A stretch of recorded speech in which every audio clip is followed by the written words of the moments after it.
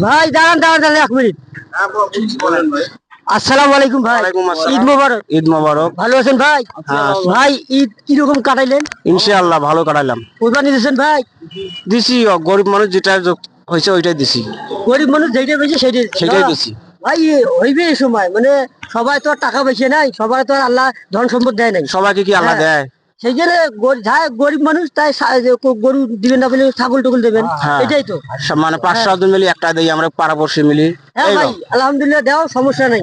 এখন এই যে গাড়ি নিয়ে কোন জায়গা যাবেন? গাড়ি নিয়ে যাচ্ছি, আমার ভাইয়ের বাড়ি ওইদিকে। তো ওই আপনার ভাইয়ের বাসা সামন দিকে? হ্যাঁ ওইদিকে যাচ্ছি, মানে যে ওইখানে কোরবানি দিছি। তো বড় ভাইয়ের সাথে মানে সাথে যে এগুলি আমার পাড়াপড়শি, মামা হয়, ভাই হয়। মানে ওরা গাড়ি দিলে টাকা লাগে, নিজের ভ্যানে নিয়ে যাওয়া লাগে। যাইতেছে মানে ঘুরতে যায়। তো ওই জন্য বললাম চলো আমরা ঘুরে আসি। ঠিক আছে ভাই, বাড়ির গাড়ি আছে দেখি মনে হয় এখন তো 5-10 টাকার জায়গা 15 টাকা লাগে। আশা করি সবাই ভালো থাকবেন। হ্যাঁ, ঈদ মোবারক। ভালো থাকবেন। আসসালামু আলাইকুম। আশা করি ভালো থাকবেন।